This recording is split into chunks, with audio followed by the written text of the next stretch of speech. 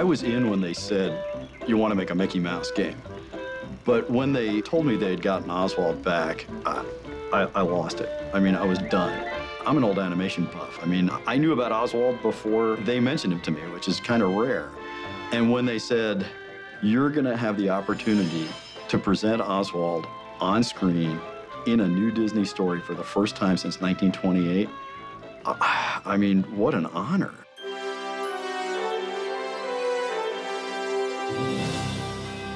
Well, Oswald the Lucky Rabbit was Walt Disney's first cartoon star, and he predates Mickey, of course. He's such a rich character, and if you look back at the old animation, it was so fun and so exciting. Oswald was different from other animated film stars of that time. Those cartoons that Walt and Ub made were little gems of storytelling. They weren't just a string of gags. Oswald would fall in love, have to deal with a rival. He would go to war. He would do all sorts of things. He was way ahead of his time. You know, very quickly, the Oswald cartoons became among the most popular silent cartoons of the late 20s. Oswald was a big star. In the late 20s, after just about 18 months of prominence, Walt went to his distributor to renew his contract and wanted more money to make better cartoons. I mean, even then, Walt was all about quality. And the distributor said, no, not only are we not going to give you more, we're going to take your staff, we own the rights to the character, check your contract, and you're out of work. After losing that character, Walt went back to the drawing board, literally, and Mickey Mouse comes into being. And so Mickey Mouse goes down a path of success no one saw coming. Maybe Walt did, but you know, he is what he is. Everyone on Earth knows who Mickey Mouse is. And Oswald just kind of disappeared. There are all sorts of stories about how Mickey was created, but he was created only because the rights to Oswald had been lost. That's the tragedy of Oswald.